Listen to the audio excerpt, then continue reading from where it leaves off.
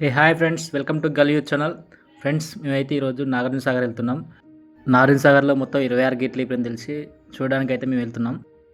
ఇక్కడ నాగార్జున సాగర్కి అండ్ కోటమైసమ్మ తల్లికి అయితే పెద్ద అనుబంధమై ఉంటుంది. ఎందుకంటే నాగార్జున సాగర్ డ్యామ్ కట్టేటప్పుడు జనాలు ఇక్కడ నుంచి వెళ్ళేవాళ్ళు, అంటే మిర్యాలగూడ నెక్స్ట్ అటు సైడ్ నుంచి వచ్చే వాళ్ళంతా ఫస్ట్ ఇక్కడ ఈ టెంపుల్ని దర్శించుకొని దండం పెట్టుకొని జాగ్రత్తగా వెళ్ళి జాగ్రత్త రావాలని అనుకున్నాను. ఎందుకంటే మొత్తం నాగార్జున సాగర్ డ్యామ్ రాతితో చేతులతో కట్టిర్రు అండ్ ఇక్కడ నుంచే వెళ్ళేవాళ్ళు ఆ ప్లేస్ నుంచి. ఇంకో విషయం ఏంటంటే ఇక్కడ ఇంత ముందుకు మొత్తం బీడు భూములు ఉండేది, మొత్తం ఎట్లా అంటే ఎడారిలాగా ఉండేది. డ్యామ్ కోసం ఇక్కడ ఉండే జనాలే వెళ్ళి అక్కడ డ్యామ్ కట్టడానికి అయితే హెల్ప్ చేశారు. దాని అర్థం ఏంటంటే మా తాత ముత్తాతల వాళ్ళు మన కోసం కట్టించిన డ్యామ్ ఇది. ఇది దేశంలోనే అతిపెద్ద మానవ నిర్మిత కట్టడం అనమాట. అండ్ రాతితో చేసిన అతిపెద్ద కట్టడం. నెక్స్ట్ సామర్థ్యంలో దేశంలోనే రెండో అతిపెద్ద సామర్థ్యం కలిగిన రిజర్వాయర్. అండ్ దీనిని అంటే ఎట్లా అంటే వాటర్ కోసం వాడుకోవచ్చు, నెక్స్ట్ ఈ పొలాల కోసం వాడుకోవచ్చు అండ్ విద్యుత్ ఉత్పత్తి కోసం వాడుకోవచ్చు. అందుకే దీన్ని బహుళార్థక సాధక ప్రాజెక్ట్ అనమాట. అందుకే మాటల్లోనే ఇక కాలువ మూల మీదకి తెచ్చినాం. ఇక్కడ చాలామంది టెంపుల్కి వచ్చినప్పుడు ఇక్కడ ఈ మూల మీద చాలామంది ఇక్కడ డ్రింక్ చేయడం వల్ల డైరెక్ట్ అందులో పడిపోతారు. ఇక్కడైతే జాగ్రత్తగా వెళ్ళండి, ఎందుకంటే మన ఫ్యామిలీ మన కోసం ఎప్పుడు వెయిట్ చేస్తుంటారు. అండ్ తాగడం వలన వచ్చే ఆనందం కన్నా ఇక్కడ ఏమైనా జరిగితే వచ్చే బాధన ఎక్కువ ఉంటుంది. కొంచెం జాగ్రత్తగా వెళ్ళండి. మా పొలాలకు అందరికీ వచ్చే వాటర్ అయితే ఇక్కడ లెఫ్ట్ కెనాల్ నుంచి వాటర్ వస్తాయి. లెఫ్ట్ కెనాల్ నుంచి మాకు వచ్చే ఈ సైడ్ వచ్చే కాలువ ఏమంటారు, ముదిమాణిక్యం కాలువ అంటారు. అయితే మాటల్లోనే అయితే మెయిన్ రోడ్ ఎక్కినామంటే మెయిన్ రోడ్ నుంచి లెఫ్ట్ వెళ్తేనేమో ఇక్కడ హాల్యా వెళ్తాం, నెక్స్ట్ రైట్ వెళ్తే మిర్యాలలో వెళ్తాం ఫ్రెండ్స్. మెయిన్ రోడ్ ఎక్కిన తర్వాత అయితే రోడ్లు అయితే మంచిగా ఉంటాయి ఫ్రెండ్స్. ఇక్కడ నుంచి నాగార్జునసాగర్కి వెళ్ళడానికి 40 కిలోమీటర్స్ అయినా కానీ 40 కిలోమీటర్స్ ఒక 50 మినిట్స్లో వెళ్ళిపోవచ్చు. అంటే అంత బాగుంటాయి రోడ్స్, ఎక్కడ కూడా ఇబ్బంది కాదు. అండ్ ఫస్ట్ అయితే మేము హాల్యా వెళ్ళాలి. నెట్వర్క్ అయితే వచ్చేసినాం ఫ్రెండ్స్. నెట్వర్క్ అయితే మాకు మండల కేంద్రం అండ్ ఇక్కడ నుంచి 7.7 కిలోమీటర్స్ హాల్యా వస్తుంది. హాల్యా కన్నా ముందైతే హాల్యా బ్రిడ్జ్ వస్తుంది. హాల్యా బ్రిడ్జ్ అయితే ఇక్కడ చాలా పెద్దగా ఉంటుంది. హాల్యా బ్రిడ్జ్ చుట్టూ అయితే నాట్లయితే చాలా ఊపిమైంది అనమాట. ఎందుకంటే నాగార్జున సాగర్ నీళ్ళు అయితే ఎప్పుడైతే స్టార్ట్ అయ్యేది అనుకోరు ముందే నాట్లు పోసి పెట్టుకుంటారు కాబట్టి ఆల్రెడీ మంచిగా రెడీగా ఉన్నారు అండ్ నాట్లు అయితే రెడీ చేస్తారు. చాలా వరకు అయితే నాట్లు కొంతమంది అయిపోయాయి కూడా అప్పటికి. ఇక్కడ రైడ్ చేస్తూ మన విలేజ్లను చూపించుకుంటూ నెక్స్ట్ మనం ఎప్పుడూ తిరిగే చోట్ల నుంచి వీడియో తీసుకుంటూ వెళ్తుంటే మాత్రం చాలా అంటే చాలా వండర్ఫుల్ ఫీలింగ్ ఉంది. అండ్ చూసారుగా మబ్బుల మేఘాలు అయితే సూపర్ ఉన్నాయి. మనకి ఇంకోటి ఏంటంటే నాగార్జున సాగర్కి ఎప్పుడైతే గేట్లు లేపుతారో అప్పుడు మా సైడ్ వర్షాలు పడతాయి. అండ్ నార్మల్ టైంలో పడకుండా కానీ ఖచ్చితంగా గేట్లు లేపినాయంటే వర్షాలు పడతాయని చెప్పేసి అందరి దగ్గర టాక్ ఉంటుంది. అండ్ అది కూడా నిజమే, తడుసాహం కూడా తెలియదు. ఇంకా మేమైతే ఆల్రెడీ ఫిక్స్ అయ్యొచ్చినాం వర్షం పడుతుందని. మాటల్లోనే ఆలియా బస్ స్టాప్ కూడా దాటేసినాం ఫ్రెండ్స్. ఇక్కడ నుంచి మనం స్ట్రైట్గా కొంచెం ముందుకు వెళ్తే అక్కడైతే ఒక ఎక్స్ రోడ్ ఉంటుంది. ఎక్స్ రోడ్ నుంచి మనం లెఫ్ట్ అయితే వెళ్ళాలి. ఇదిగో ఇక్కడ కనిపిస్తుంది కదా ముందు, అక్కడ నుంచి అయితే లెఫ్ట్ తీసుకోవాలి. లెఫ్ట్ తీసుకుంటే అటు ఇటు 20 కిలోమీటర్స్ మనకు రఫ్గా వచ్చేస్తుంది, మనం వెళ్ళిపోవచ్చు. ఇక్కడ నుంచి కూడా లొకేషన్ బాగుంటుంది. ఇక్కడ మొత్తం మెట్ట ఉంటుంది. నాగార్జున సాగర్ కింద వాటర్ ఎక్కువ వచ్చినా కానీ నాగార్జున సాగర్ నల్గొండలో ఉన్నా కానీ ఎక్కువ శాతం ఇక్కడ మెట్టేస్తారు, ఎందుకంటే నీళ్ళు రావు పైకి. సో చాలామంది ఇక్కడ మెట్టేస్తారు. మనకు సినిమాల్లో ఒక సాంగ్ ఉంటుంది కదా, గోదావరి సాంగ్, తలాపున పారుతుంది గోదావరి మా భూములు మా శిలకలు ఎడారి అన్నట్లు మన దగ్గర కృష్ణానది పారుతున్నా కానీ మొత్తం ఇక్కడ మెట్ట ఎక్కువ వస్తాయి, వర్షం నీళ్ళు రావు. అండ్ ఏంటంటే కిందికి చాలా వందల కిలోమీటర్లు వెళ్ళినా కానీ పక్కన 10 కిలోమీటర్ల లోపల ఉన్న పొలాలకు మాత్రం వ్యవసాయానికి నీళ్ళు రావు. ఇక్కడ దాకా ఇంతగా అనిపిస్తుంది మాకు.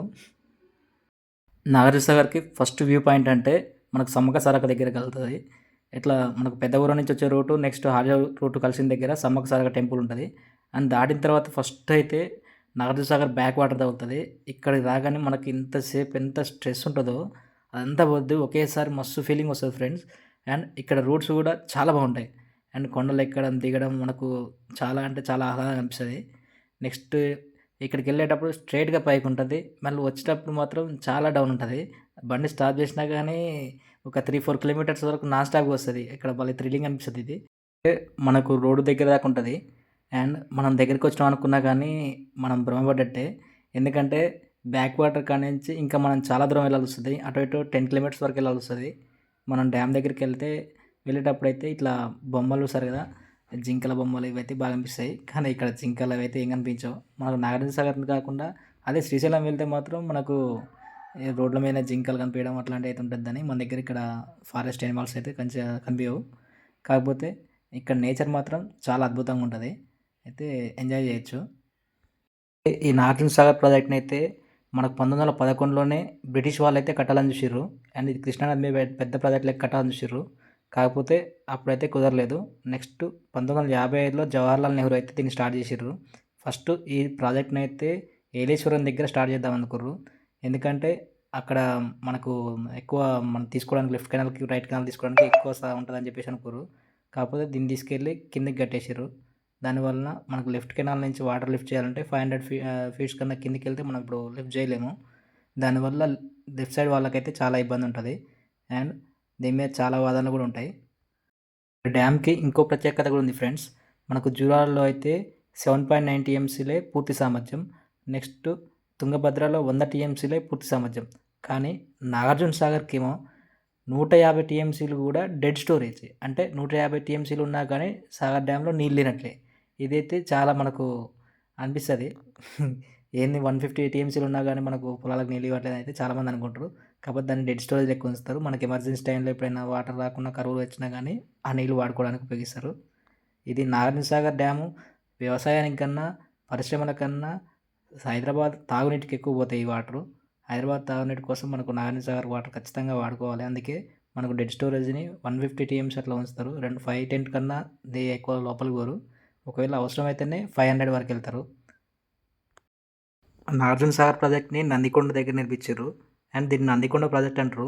కాకపోతే ఇప్పుడు దీన్ని నాగార్జున సాగర్ అనడానికైతే ఒక ఆధ్యాత్మిక కారణం అయితే ఉంది. అదేంటంటే మనకి డ్యామ్ తీసేటప్పుడు నాగార్జున యొక్క విశ్వవిద్యాలయం అయితే ఇక్కడ మనకు వెలుగు చూసింది. నెక్స్ట్ ఇంకోటి ఏంటంటే ఇక్కడ బౌద్ధ స్తూపాలు, నెక్స్ట్ ఈ మనకు ప్రాచీన యొక్క కట్టడాలు ఇవన్నీ మనకు తవ్వకాల్లో బయటపడడం వలన ఇక్కడ డ్యామ్ మధ్యలో ఒక మ్యూజియం కూడా ఉంటుంది. ఇక్కడ నాగార్జున సాగర్ దగ్గర నాగార్జున విశ్వవిద్యాలయంతో పాటుగా బుద్ధుని యొక్క విగ్రహాలు కూడా మనకు వెలుగు చూసినాయి. అందుకే ఇక్కడ బుద్ధవనం అని చెప్పేసి మనకు కొత్తగా అయితే ఏర్పాటు చేశారు. ఇక్కడైతే చాలా పీస్ఫుల్ వాతావరణం ఉంటుంది అటు సైడ్ వెళ్తే. ఈ బుద్ధుని యొక్క విగ్రహాలు చూడడానికి మనకు నేపాల్, భూటాన్ నుంచి బౌద్ధ యాత్రికులు కూడా మన దగ్గరికి వచ్చి సందర్శించుకుంటారు. మాటల్లోనే బుద్ధవనం గేట్ దగ్గరికి అయితే వచ్చేసినాం. ఇక్కడ నుంచి లోపలికి వెళ్తే మాత్రం మనం లోపలికి వెళ్ళి ఇక్కడ బుద్ధుని విగ్రహాలు అవన్నీ చూసుకోవచ్చు. నెక్స్ట్ టైం అయితే వెళ్ళినప్పుడు అయితే చూడండి, చాలా బాగుంటుంది లోపల. నాగార్జున సాగర్ అనేది మనకు ఆంధ్రాకి నెక్స్ట్ తెలంగాణకి మధ్య బార్డర్ కావడం వల్ల చెక్ పోస్ట్ దగ్గర అప్పుడప్పుడు అయితే చాలా ఇబ్బంది అవుతుంది. ఇంకైతే సాగర్ డ్యామ్ దగ్గరికి అయితే వచ్చేసినాం ఫ్రెండ్స్. సాగర్ డ్యామ్ దగ్గర అయితే ఇంతకుముందుకు డైరెక్ట్ డ్యామ్ పైకి వెళ్ళేవాళ్ళం చిన్నగా ఉన్నప్పుడు. కానీ ఇప్పుడైతే డ్యామ్ పైకి అయితే అలౌ చేయట్లేరు. మనం వెళ్ళాలంటే డ్యామ్ స్పిల్వే అట్లా బ్రిడ్జ్ దగ్గరికి అయితే వెళ్ళొచ్చుదని ఇప్పుడు డ్యామ్ పైకి వెళ్ళడానికి అయితే వెళ్ళలేదు. కానీ రూల్ అనేది అందరికి సమానంగా ఉండాలి. కానీ కాకపోతే ఇక్కడ ఏంటంటే ప్రాబ్లం, రూల్ అందరికి సమానం ఉండదు. అక్కడ ఎవరైనా ఎంప్లాయీస్ ఎవరైనా ఉంటే వాళ్ళకి మొత్తం తీసుకుపోతారు, డ్యామ్ పై మొత్తం చూపిస్తుందని. మనలాంటి వాళ్ళు అయితే తీసుకెళ్ళలేరు. అదైతే చాలా ఇబ్బందిగా అనిపిస్తుంది. ఎందుకంటే మనం చూడడానికి వచ్చినాం, పర్యాటకులు లెక్క వచ్చినాం. కానీ ఇక్కడ కూడా రాజకీయాలు చూసేసరికి మనకైతే కొంచెం ఎంతో ఇబ్బంది అనిపిస్తుంది.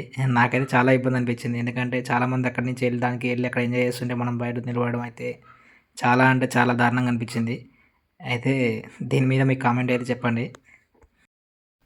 డ్యామ్ పైకి వెళ్ళడానికి మాత్రమే కాకుండా లాంచ్ మీద వెళ్ళడానికి కూడా ఇదే స్టేషన్. ఇక్కడ నుంచే లాంచ్ పైన వెళ్ళాలి. 50 మినిట్స్ జర్నీ తర్వాత అయితే మేము డ్యామ్ ముందు బ్రిడ్జ్ దగ్గరికి అయితే వచ్చేసినాం. ఇక్కడ బ్రిడ్జ్ దగ్గర నుంచే మనం గేట్స్ మొత్తం లేపింది మొత్తం వీడియో తీసుకోవడానికైనా చూడడానికైనా దేనికైనా మనం ఇక్కడ నుంచి చూడాలి. నెక్స్ట్ ఫస్ట్ మేమైతే నాగార్జున సాగర్కి బ్రిడ్జ్ దగ్గరికి వెళ్ళి అక్కడి నుంచి డ్యామ్ చూద్దాం అనుకుంటున్నాం. ఎందుకంటే ఇక్కడ వ్యూ పాయింట్ చాలా బాగుంటుంది. మనకు 26 గేట్స్ మనకు అపోజిట్లో ఉంటాయి. అండ్ లక్షల క్యూసెక్ల వాటర్ మన కళ్ళ ముందు కిందికి వస్తుంటే మనం వాటి పైన ఉంటే మాత్రం ఆ ఫీలింగ్ వేరే ఉంటుంది. అక్కడి నుంచి వచ్చే గాలి మాత్రం సూపర్ ఉంటుంది ఫ్రెండ్స్. మనం ఎక్స్పెక్ట్ చేయలేము, అంత ఎంజాయ్ చేస్తాం. మనకైతే మేము చూడండి స్టార్టింగ్ ఆల్రెడీ మొదలైంది. ఎందుకంటే ఒక్కొక్క గేట్ కనిపిస్తుంది. ఒక్కొక్క గేట్ కనిపిస్తుంటే ఎంత ఫీలింగ్ చెప్పలేము, అంతలా ఉంటుంది ఆ ఫీలింగ్. మనకి 26 గేట్లు కనపడడం అనేది చాలా రేర్. ఎప్పుడో ఒకసారి అయితే అట్లా లేపుతారు. మనమైతే ఈసారి అదృష్టం చేసుకున్నామని చెప్పుకోవాలి. అయితే 2022లో కూడా లేపిద్దని, అంతకుముందు 10 ఇయర్స్ బ్యాక్ వరకు మనం లేపలేదు. లాస్ట్ 2 ఇయర్స్ నుంచి అయితే 26 గేట్లు లేపుతారు. డ్యామ్ దగ్గరికి గాలి ఎంత బాగా వస్తుందో ఒకసారి అర్థం కావడానికి అయితే మేమైతే చెప్పులు ఇచ్చినాం. చూడండి ఎంత గట్టిగా ఇచ్చినామా అని అవి రిటర్న్ వస్తున్నాయి తప్ప అది కిందికి రావట్లేదు. మా ఫ్రెండ్ గారు అయితే ముందరిగేసి కెమెరా ఇద్దాం వస్తుందా రాదు చూద్దాం అంటున్నాడు. వద్దురా బాబు అని చెప్పేసి ఇంకా గుంజుకొచ్చిన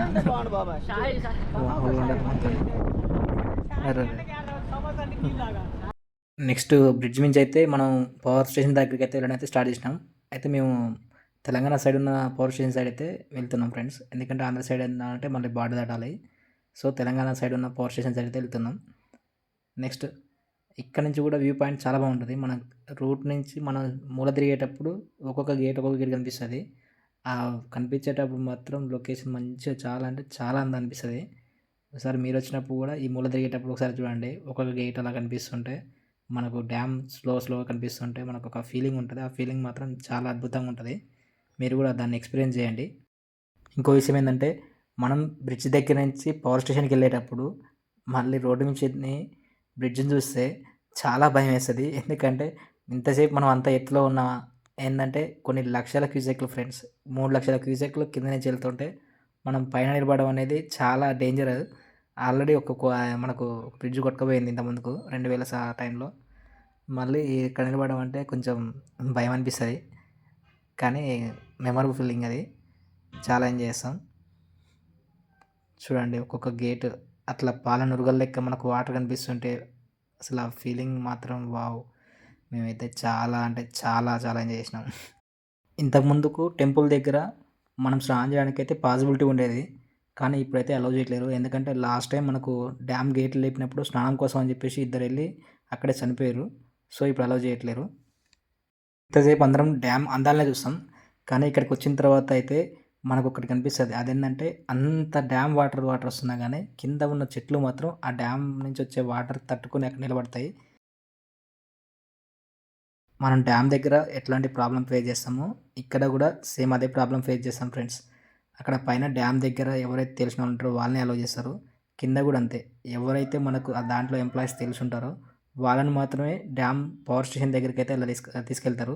మిగిలిన వాళ్ళైతే గేట్ దగ్గర నిలబడి ఎదురు చూడడమే. మనం ఎంత బతిలాడినా కానీ వాళ్ళు పంపించరు. చాలామంది గొడవ పెట్టుకున్నా కానీ వాళ్ళని మాత్రం పంపిస్తారు. మిగతా వాళ్ళైతే పంపించట్లేరు. ఇదైతే చాలా ఇబ్బందికరంగా ఉంది. అయితే పంపించకుంటే అందరు పంపించకున్నా ఓకే, కానీ కొంతమందిని పంపించి మిగిలిన వాళ్ళు పంపించకపోవడం అయితే ఇక్కడ చాలా బాధాకరం. నాకైతే అది వరెస్ట్ ఫీలింగ్ అనిపించింది. ఎందుకంటే అందరూ సమానంగానే ఉండాలి.